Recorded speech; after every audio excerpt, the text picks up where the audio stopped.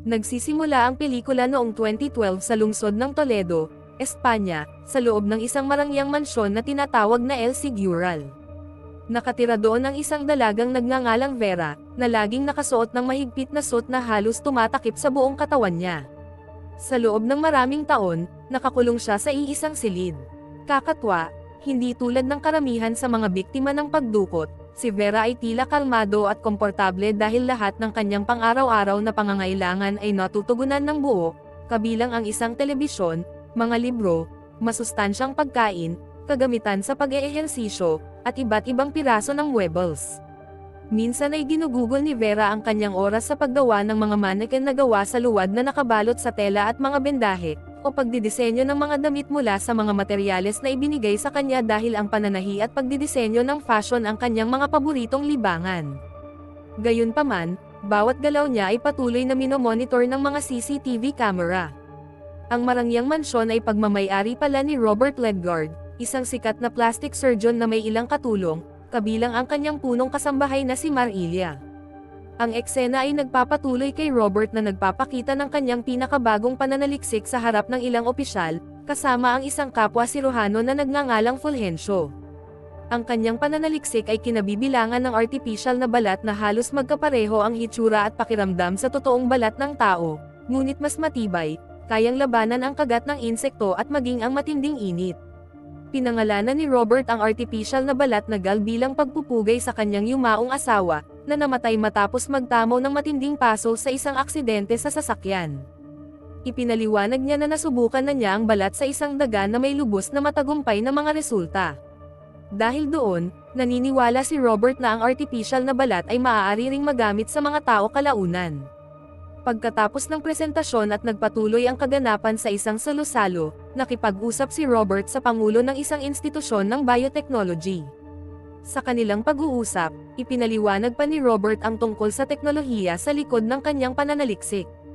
Isiniwalat niya na gumagamit siya ng transgenesis, isang pamamaraan ng genetic engineering na kinabibilangan ng pagpasok ng DNA ng baboy sa mga selula ng tao upang palakasin ang artipisyal na balat.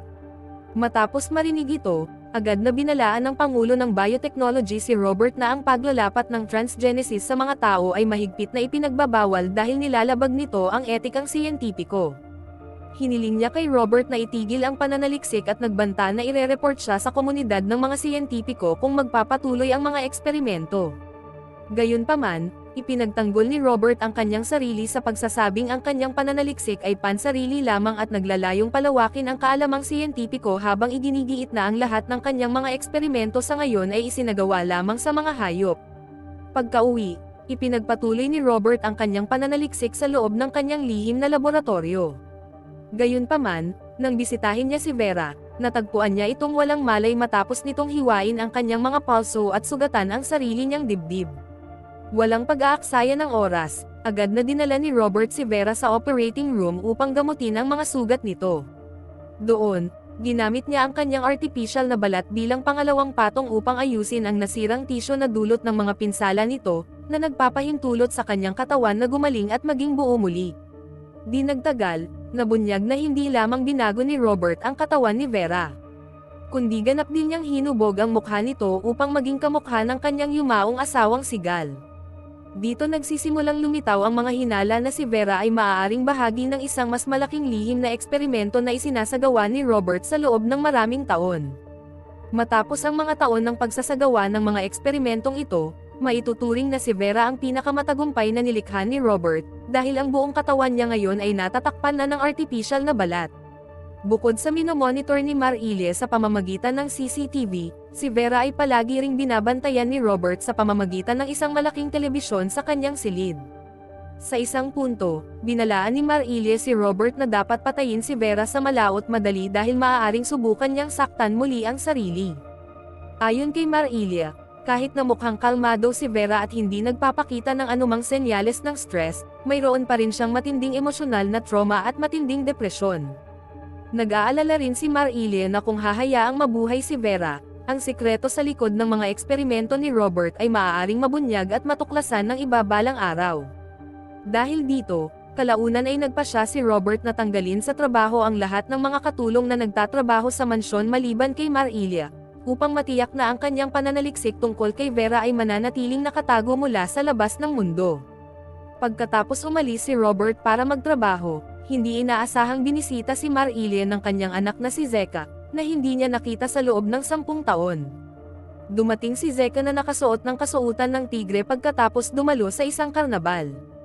Ang kasuotan ay hindi lamang bahagi ng kaganapan, kundi nagsisilbi rin itong pagbabalat kayo upang maiwasang makilala ng mga pulis, dahil isa pa rin siyang pag-anti na pinaghahanap dahil sa maraming krimen at pagnanakaw. Noong una, tumanggi si Marilia na papasukin siya sa bahay, ngunit nagpumilit si Zeka dahil kailangan niya ng lugar na mapagtataguan hanggang sa maging kalmado ang lahat. Kahit alam niyang palaging nagdudulot ng gulo ang kanyang anak, hindi maaaring baliwalain ni Marilia ang kanyang likas na ugali bilang ina at kalaunan ay pinayagan itong pumasok. Habang kumakain, isiniwalat ni Zeka na gusto niyang magpa-plastic surgery kay Robert para mabago niya ang kanyang pagkakakilanlan at makatakas sa mga awtoridad. Pagkatapos ng hapunan, aksidenteng napansin ni Zeka si Vera sa pamamagitan ng CCTV monitor ng mansyon.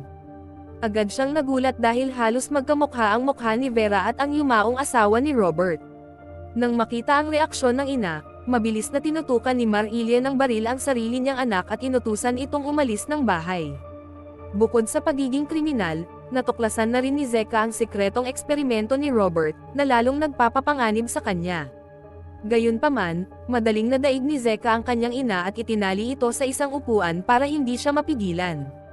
Pagkatapos ay sinimulan niyang halughugin ang mansyon hanggang sa matagpuan niya ang silid kung saan nakakulong si Vera. Dahil nakakandado ang pinto, bumalik siya kay Marilia at hiningi ang susi. Napilitan siyang mapunta sa isang sulok, isiniwalat ni Marilia kung saan nakatago ang susi kapalit ng kanyang kalayaan. Ngunit kahit na nakuha na niya ang susi, iniwan ni Zeka ang kanyang ina na nakatali at may telang nakatikip sa bibig nito. Walang pag-aaksaya ng oras, pumasok si Zeka sa kwarto ni Vera at nagsimulang gumawa ng isang bagay na hindi nararapat sa kanya. Maya-maya, umuwi si Robert at nagulat nang makitang magulo ang mansyon. Ngunit ang higit na ikinagagalit niya ay ang makitang ipinipilit ni Zeka ang sarili kay Vera. Walang pag-aalinlangan, kinuha ni Robert ang kanyang baril at binaril si Zeka, na agad nitong ikinamatay. Habang nililinis ang mga kumot na may bahid ng dugo, sa wakas ay isiniwalat ni Marilia kay Vera ang isang malaking sikreto. Ipinaliwanag niya na sina Zeka at Robert ay magkapatid sa ama, bagamat hindi nila kailanman alam ang katotohanan. Inamin ni Marilia na siya ang tunay na ina ng parehong lalaki. Si Zeka ay ipinanganak mula sa kanyang kasal sa isang lalaking dating nagtrabaho para sa pamilyang Ledgard, habang si Robert ay bunga ng relasyon ni Marilia kay Mr. Ledgard. Dahil hindi magkaanak si G. Ledgard at ang kanyang asawa, kinupkop si Robert pagkapanganak at pinalaki bilang tagapagmana ng pamilyang Ledgard. Dahil dito, lumaki si Robert nang hindi nalalaman na si Marilia pala ang kanyang tunay na ina. Gayunpaman, palihim na patuloy na inalagaan at minahal ni Marilia si Robert sa buong buhay niya. Ang dalawang anak na lalaki ay namuhay ng lubos na magkaiba. Lumaki si Robert na napapaligiran ng kayamanan, naging isang matagumpay na plastic surgeon, pinakasalan si Gal at kalaunan ay nagkaroon ng isang anak na babae na nagngangalang Norma. Samantala, si Zeka ay lumaki ng malayo sa kanyang pamilya at ginugol ang halos lahat ng kanyang buhay sa mga lansangan. Mula pagkabata, nasangkot na siya sa gulo at kalaunan ay naging kriminal. Mga 12 taon na ang nakalilipas, bumalik si Zeka sa Marilia upang humingi ng proteksyon dahil tinutugis siya ng mga pulis. Gayunpaman, habang nagtatago sa mansyon ng pamilyang Ledgard, nauwi siya sa pakikipagrelasyon kay Gal. Kalaunan ay nagpa siya ang dalawa na tumakas ng magkasama, ngunit nasangkot sila sa isang kakilakilabot na aksidente na naging sanhi ng pagsiklab ng kanilang sasakyan. Nakatakas si Zeka habang si Gal ay nakulong sa loob ng nasusunog na sasakyan. Mabuti na lang at nailigtas ni Robert ang kanyang asawa, ngunit mula noon, napilitan si Gal na mabuhay na may matinding pilat ng paso na bumabalot sa halos buong katawan nito. Sa loob ng ilang buwan, sinubukan ng kanyang pamilya na itago ang kanyang kalagayan sa pamamagitan ng pagtatakip ng mga salamin at pag-iwan sa silid sa dilim. Gayunpaman, isang araw, habang sinusubukang tingnan si Norma na kumakanta sa labas sa bakuran, hindi sinasadyang nasulyapan ni Gal ang sarili niyang refleksyon sa bintana. Dahil hindi niya matanggap ang kanyang hitsura, pinili niyang wakasan ang kanyang buhay sa pamamagitan ng pagtalon mula sa kanyang silid sa harap mismo ng kanyang anak na babae. Ang pagsaksi sa pagkamatay ng kanyang ina ay nag-iwan kay Norma ng matinding trauma. Mula sa sandaling iyon, sinimulan niyang ihiwalay ang sarili mula sa labas ng mundo at sinubukan pang ang magpakamatay, bagamat kalaunan ay nailigtas siya at nadala sa isang ospital ng psikiatriko.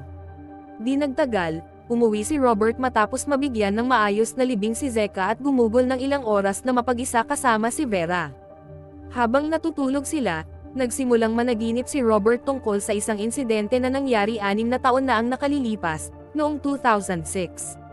Noong panahong iyon, matapos makalabas sa isang ospital para sa mga psikiatriko, nagsimulang bumuti ang kalagayan ng pag-iisip ni Norma, kaya dinala siya ni Robert sa kasal ng isang katrabaho sa pag-asang unti-unti siyang makakausap muli ng ibang tao. Gayunpaman, habang nalilibang sa mga pakikipag-usap sa ibang mga bisita, nawala sa paningin ni Robert si Norma, dahilan para magpanik ito at hanapin ito sa labas ng lugar. Matapos ang ilang oras na paghahanap, natagpuan ni Robert si Norma na nanghihina at hindi gumagalaw sa mga palumpong, na para bang may gumawa sa kanya ng isang bagay na kakilakilabot. Nang magkamalay siya, agad na nag-hysterical si Norma nang subukang pakalmayan siya ni Robert. Bago niya matagpuan ang kanyang anak, sandaling nagtagpo ang landas ni Robert at isang lalaking mabilis na palayo sakay ng motorsiklo na may plakang 8,830 DJN. Pagkatapos noon, ang eksena ay lumipat sa isa na namang panaginip. Sa pagkakataong ito ay inilalantad ang mga alaala ni Vera tungkol sa isang lalaking nagngangalang Vicente. 6 na taon na ang nakalilipas, si Vicente ay isang binata na nagtrabaho bilang isang fashion designer sa tindahan ng damit ng kanyang ina na si Susie. Bukod sa kanilang dalawa, ang tindahan ay mayroon ding isang babaeng empleyado na nagngangalang Christina. Isang araw, naghahanap si Christina ng damit na maisusuot sa isang date kasama ang kanyang kasintahan.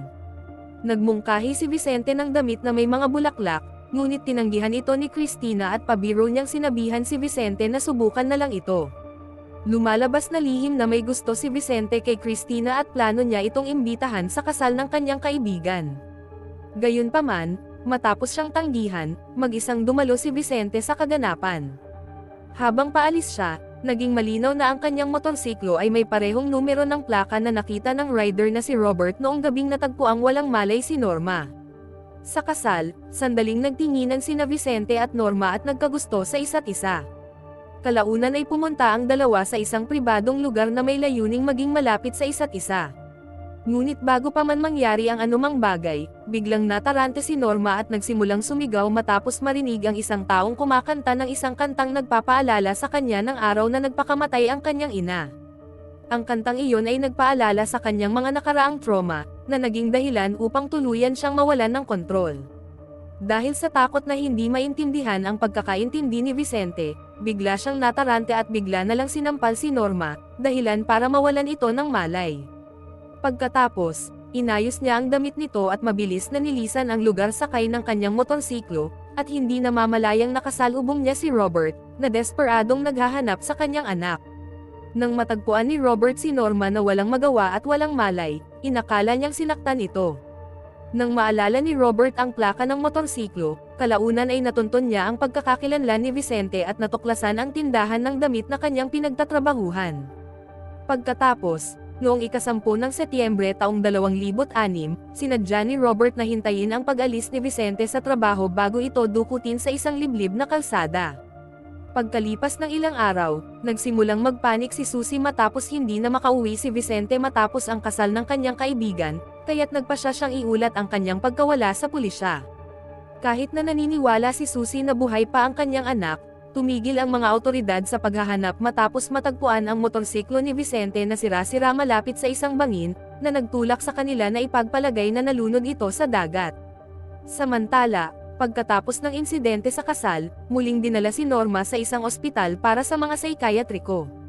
Gayunpaman, sa pagkakataong ito ay lalong lumala ang kanyang kalagayan sa pag-iisip dahil nagkamali siya sa paniniwala na ang kanyang sariling ama ang nanakit sa kanya, matapos magising na parang histeria sa mga bisig ni Robert habang sinusubukan lamang siyang tulungan nito.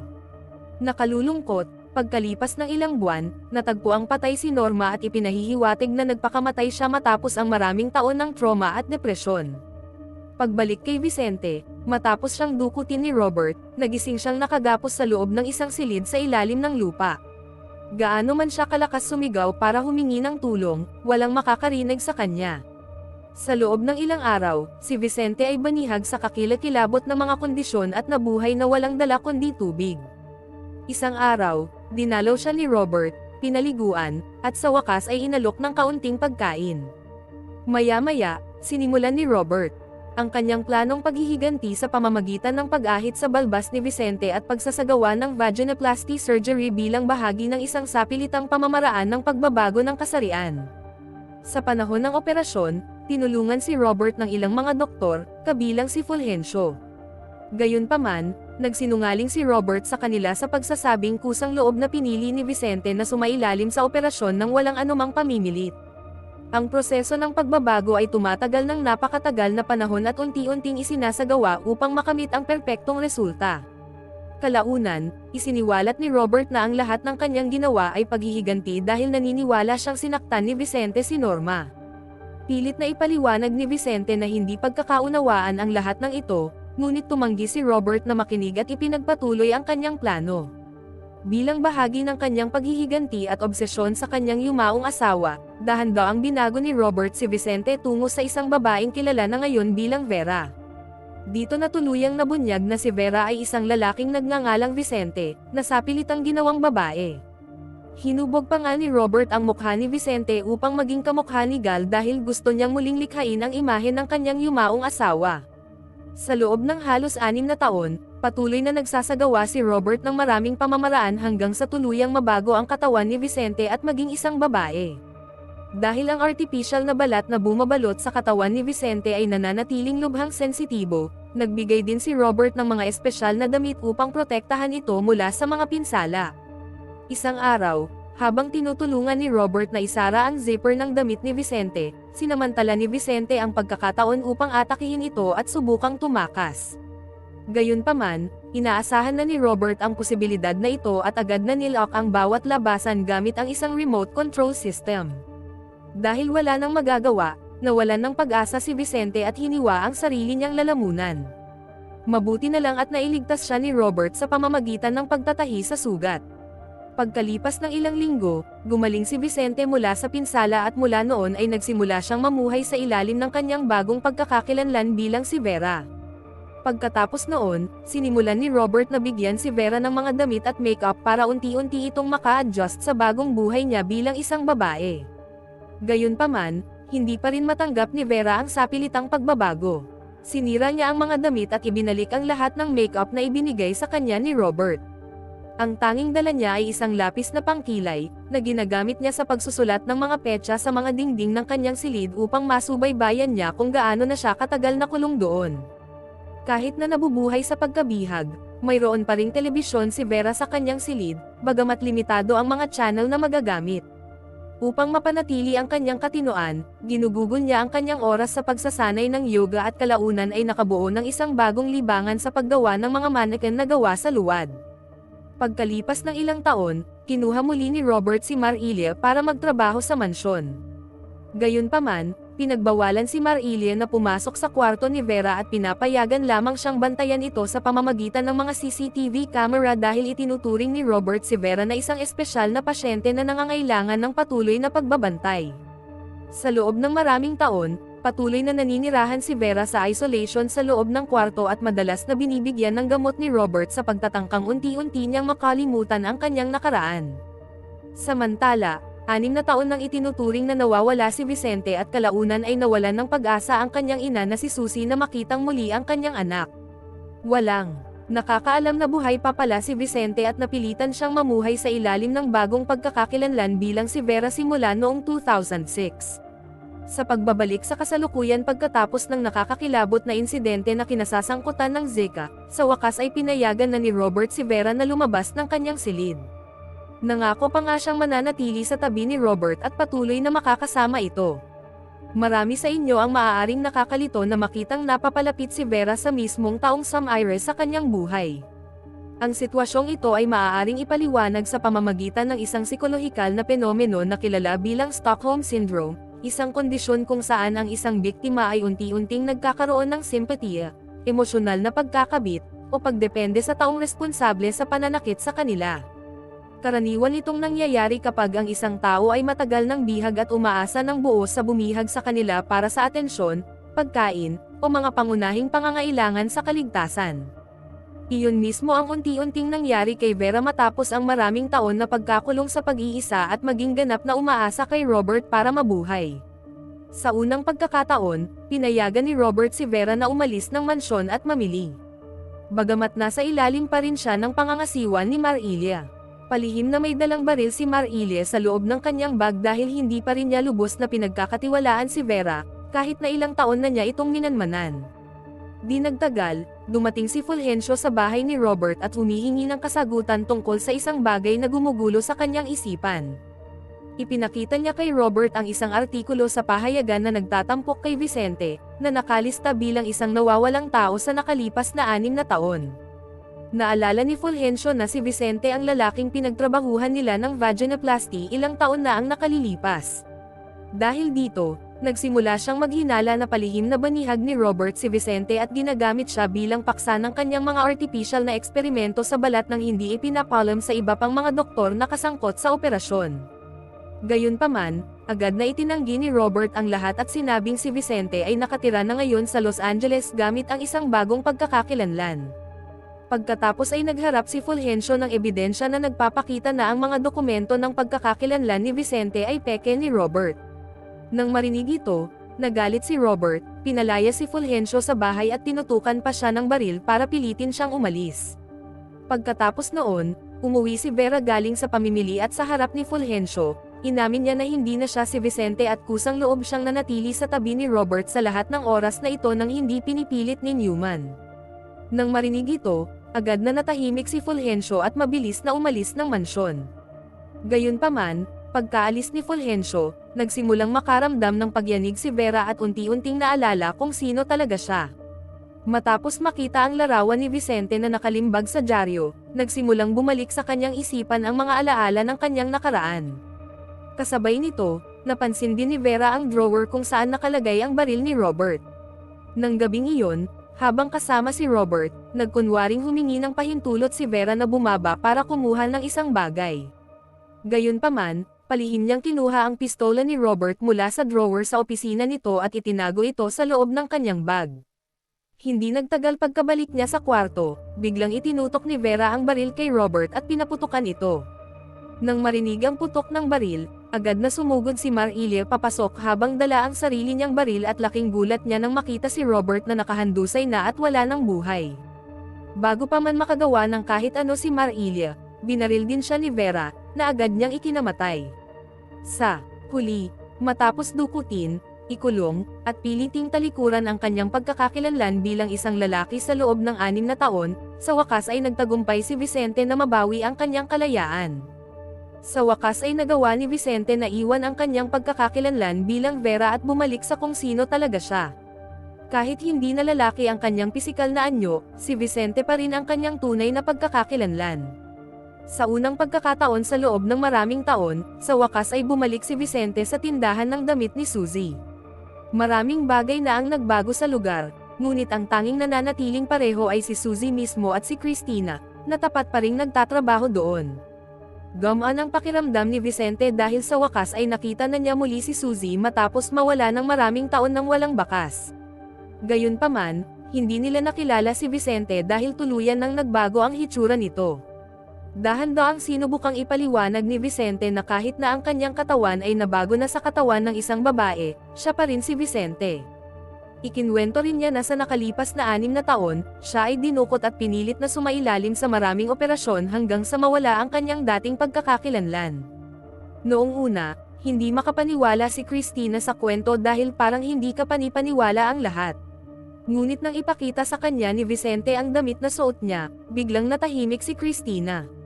Naalala niya na ito rin ang damit na gustong ibigay sa kanya ni Vicente 6 na taon na ang nakalilipas bago ito nawala. Mula sa sandaling iyon, sa wakas ay naniwala si Cristina na ang babaeng nakatayo sa harap niya ay tunay na si Vicente. Nang mapagtanto ang katotohanan, napaiyak na lamang si Cristina habang iniisip ang pagdurusang tiniis ni Vicente sa loob ng maraming taon. Hindi nagtagal, lumapit si Suzy sa kanila at sa wakas ay isiniwalat ni Vicente na siya nga pala si Vicente, ang anak na idineklarang patay ng mga pulis sa lahat ng panahon. Matapos ang mga taon ng pagpapahirap, pagkawala ng kanyang pagkakakilanlan, at pamumuhay sa pagkabihag, sa wakas ay nakabalik na si Vicente sa piling ng mga taong mahal niya. Ngunit kahit na ganoon, kailangan pa ring pasanin ni Vicente ang panghabang buhay na pasanin ng pamumuhay sa loob ng isang katawan na ngayon ay nabago na sa katawan ng isang babae. At doon na nagtatapos ang kwento.